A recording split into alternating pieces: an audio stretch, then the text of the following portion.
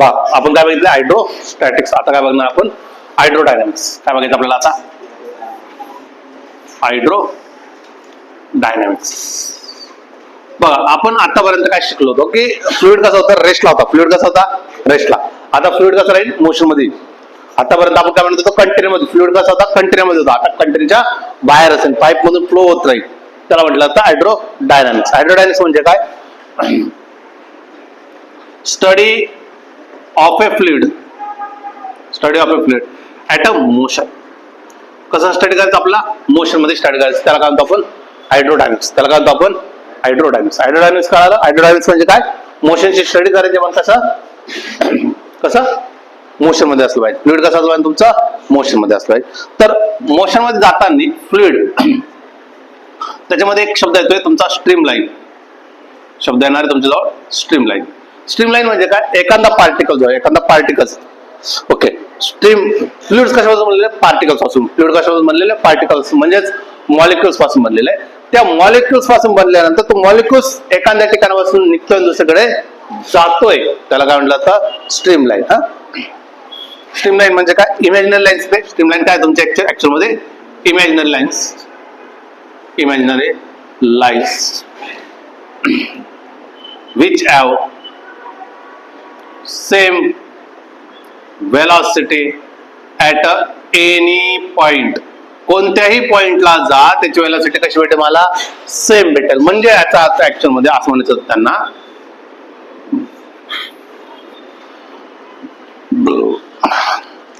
हा V1 आहे आणि हा काय तुमचा V2 आहे. आता इथं मी बघितलंय स्ट्रीम लाईन्स आहेत. ते काय हा एक पार्टिकल होता असं चाललाय. हा एक पार्टिकल होता असं चाललाय. हे पार्टिकल्स आहेत पुढे पुढे चालले. मी काय म्हंटल इथं येणारा प्रत्येक पार्टिकलची वेलोसिटी किती असणार V2. इथं येणाऱ्या सगळ्या पार्टिकलची वेलोसिटी किती असणार V1.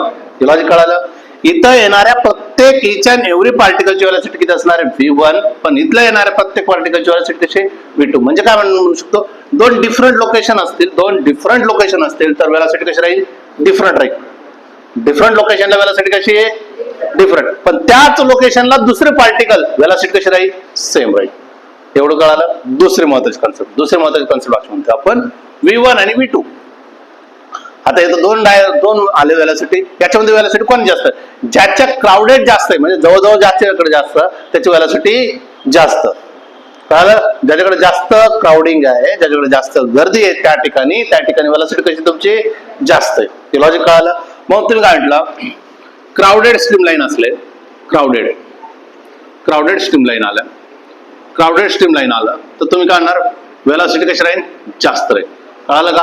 म्हणून तुम्ही काय म्हणू शकता V1 मोठा का V2 मोठा आहे. कोण मोठा असला V2 तुमचा करायला पाहिजे मोठा असला. काय डाऊट आहे. काय झालं तुमचा स्ट्रीमलाईन. हे काय झालं तुमचा स्ट्रीमलाईन. नंतर स्ट्रीमलाईन नंतर आहे तुमचा स्टेडी फ्लो म्हणजे काय शब्दातच स्टेडी म्हणजे काय कॉन्स्टंट. म्हणजे प्रत्येकाची वेलोसिटी कशी भेटेल मला कॉन्स्टंट आहे. velocity of a particle remains constant. त्याला काय म्हणतो आपण स्टेडी फ्लो. कळाला. त्याच्यानंतर आहे ट्यूब ऑफ फ्लो किंवा फ्लो ट्यूब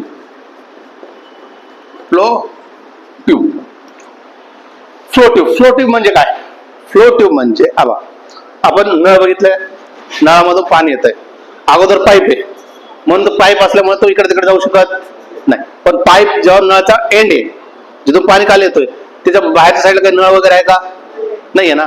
नळ नाही पण पाणी तर सरळ जातं का भाव चालतं इकडे तिकडं नाही तो सरळ जातो. मग त्याला पण काहीतरी बांधलेलं गेलेलं आहे. मग ते इमॅजिनरी बाउंड्री आहे ज्याला तो इकडे तिकडे जाऊन देत नाही. मग तुम्ही काय म्हणशाल फ्लो ट्यूब म्हणजे काय इमॅजिनरी बाउंड्री. फ्लो ट्यूब म्हणजे काय इमॅजिनरी बाउंड्री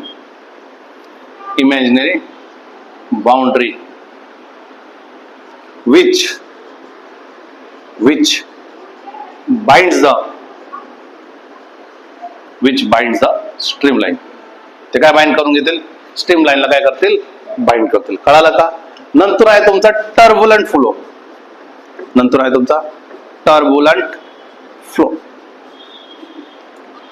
टर्बुलंट फ्लो म्हणजे काय? जसं इथं वेलोसिटी कशी राहिली तर तुमची कॉन्स्टंट, इकडे वेलोसिटी कशी राहिली तर कॉन्स्टंट, तसं इकडे वेलोसिटी कॉन्स्टंट राहणार नाही.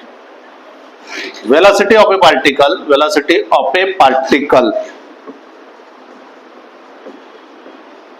Not constant.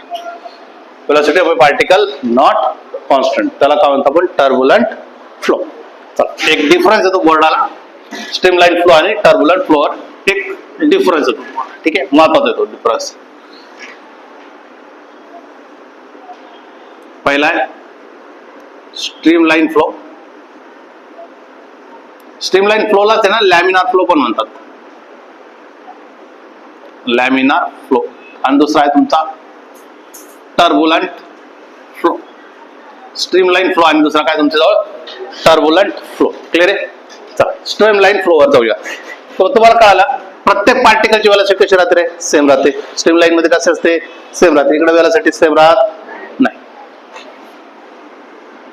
velocity of a particle at any time is constant. बरोबर की नाही? ते कॉन्स्टंट राहील, त्याला काय म्हणतो आपण? Streamline flow. इथं काय म्हणणार? velocity of a particle at any time is not constant. कळालं का? सेकंड, हे ऍक्च्युअल मध्ये आयडियल आहे आणि हा काय रिअल मध्ये असतो. तिसरं, खूप क्वचितच आपण त्याला आयडियल रिअल मध्ये आणू शकतो. बघ मी जर म्हंटल याची डायग्राम विचारलं तुम्हाला, असं याची भावचळलेला डायग्राम असेल, कळालं का? ही झाली तुमची तिसरी. महत्वाचं काय? चौथा, याच्यामध्ये हे काय स्ट्रीमलाईन्स आहेत, हे काय तुमचे एक एक पार्टिकल स्ट्रीमलाईन तयार करतो. स्ट्रीमलाईन एकमेकांना क्रॉस करताय का? पण इथं काय करतायत? ते एकमेकांना ते क्रॉस करतायत. मग आपण चौथा पॉईंट लिहिणार आहे streamlines are not cross each other. ते एकमेकांना क्रॉस करू शकत नाही. चौथा, स्ट्रीमलाईन्स काय होणार आहे? Streamlines are cross to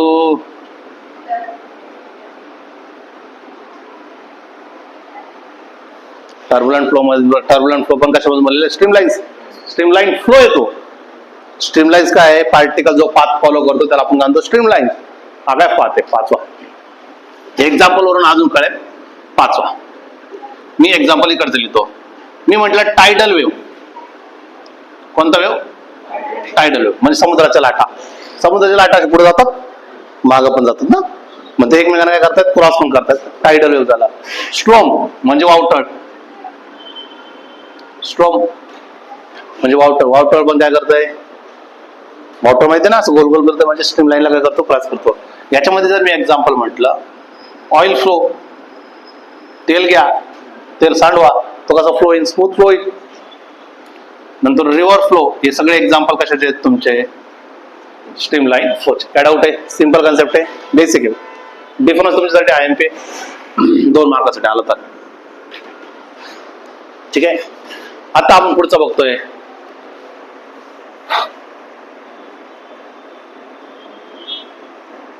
critical velocity. याच्या अगोदर आपण क्रिटिकल टेम्परेचर बघितलं, आठवत आहे? याच्या अगोदर आपण क्रिटिकल टेम्परेचर बघितलं. काय होतं क्रिटिकल टेम्परेचर? चांगलं होतं. काय होतं क्रिटिकल टेम्परेचर?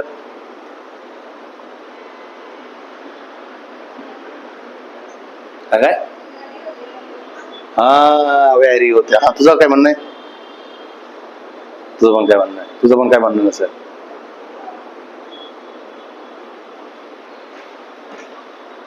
तुझं काय म्हणायचं आहे? तुझं पण काय म्हणणं? हा, वाजवलं पाहिजे तुम्हाला असं हे, याचा यूज झाला पाहिजे. म्हणजे कसं अभ्यासाकडे लक्ष राहील. सर तुम्ही सुट्टीवर होते म्हणून आम्ही अभ्यास संन्यास घेतला होता फिजिक्सचा, म्हणून वाचत नव्हतं, नाहीतर आम्ही वाचलं असतं. आमच्या इतकं स्टुडंट चांगले नाहीत. असं काही का? आपण क्रिटिकल टेम्परेचर बघितलं तर क्रिटिकल टेम्परेचर म्हणजे होतं की temperature at which surface tension becomes 0. Surface tension काय झालं होता? झिरो झाला तर आपण त्याला काय म्हणतात, क्रिटिकल टेम्परेचर. आता काय, critical velocity. velocity at which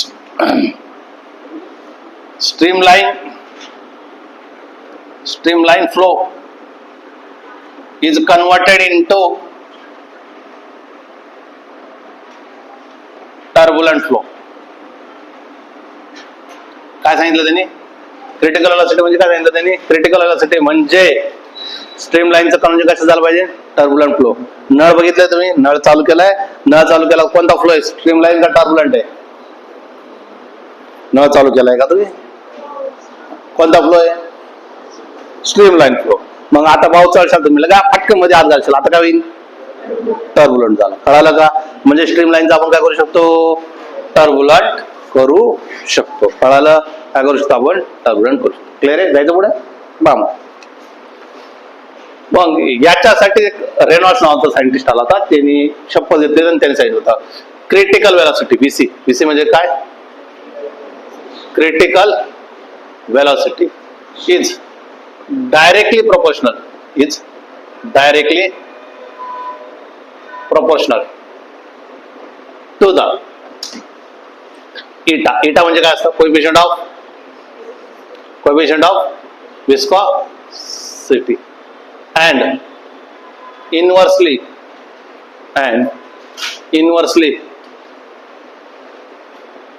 proportional to density of a fluid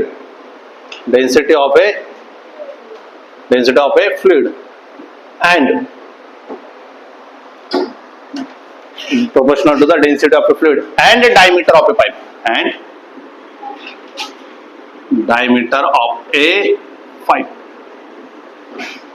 बा. मी दोन कंडिशन दिली तुम्हाला, एक छोटा पाईप दिला आणि एक मोठा पाईप दिला, दोघांमध्ये पाणी फ्लो होतोय, दोघांमध्ये आत घातलं, कोण लवकर टर्बुलंट करेल, छोटा पाईप का मोठा पाईप. कळलं का क्वेश्चन काय आहे, ते छोटा पाईप घेतला आणि मोठा पाईप घेतला, दोघांमध्ये आत घातला, कोण लवकर टर्बुलंट करेल. म्हणजे व्हिज्युअलाइज सुद्धा होऊ शकत नाही, तुमचा एवढा मेंदू अविकसित आहे. बरोबर आहे तिकडं. म्हणजे क्वेश्चन तुम्हाला असं मला वाटतं की तुम्हाला फील करायला पाहिजे, हा तुमचा मेंदू एवढा वर्स्ट कंडिशन मध्ये आहे ते तुम्हाला कळानं झालं नेमके. सर आम्ही असं थोडी करतो, आम्ही एकच नळ यूज करतो, छोटासाच, आम्ही मोठा थोडी. कॉमन सेन्सची पण गोष्ट असते असं. हा बेसिक डायरेक्टली बरोबर साइन काढून टाकला, कॉन्स्टंट यूज केला R इंटू इटा रो. आर जो आहे, आर ला म्हटलं तर रेनॉल्ड्स नंबर, आरला काय म्हटलं तर रेनॉल्ड्स नंबर येतो, म्हणजे युनिटलेस बनेल. कसं बनेल तो, युनिटलेस बनेल. मग इथून आर काढा, आर काढायचं म्हटल्यानंतर इकडं रोड एक जाईल, इकडं मल्टिप्लाय. जाऊ द्या भाऊ, मला काहीच बोलायचं नाही, मला आज चिडायचं नाही. आर इज काय, VC into rho into D divide by काय, इटा. त्याच्यामध्ये व्हॅल्यू टाका, सगळं टाका. जर तुमची आर ची व्हॅल्यू 1000 पेक्षा कमी आली तर समजून घ्यायचं तो आहे तुमचा स्ट्रीमलाईन फ्लो. कोणता फ्लो आहे तो, स्ट्रीमलाईन फ्लो आहे. जर तो आर ची जी व्हॅल्यू आहे ती 2000 पेक्षा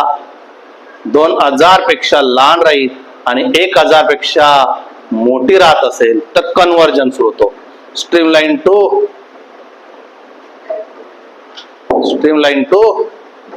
टर्बुलंट फ्लो.